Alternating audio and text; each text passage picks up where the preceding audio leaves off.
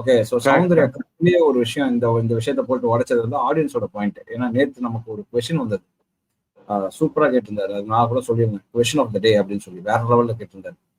So அந்த point அப்படியே சௌந்தர்யா அவங்க சொல்லும் போது S it's reflects the audience pulse அப்படிங்கிற மாதிரி தான் இருந்தது. மாதிரி தான் இருந்தது. சௌந்தர்யோட பாயிண்ட் வாஸ் ஆன் பாயிண்ட்.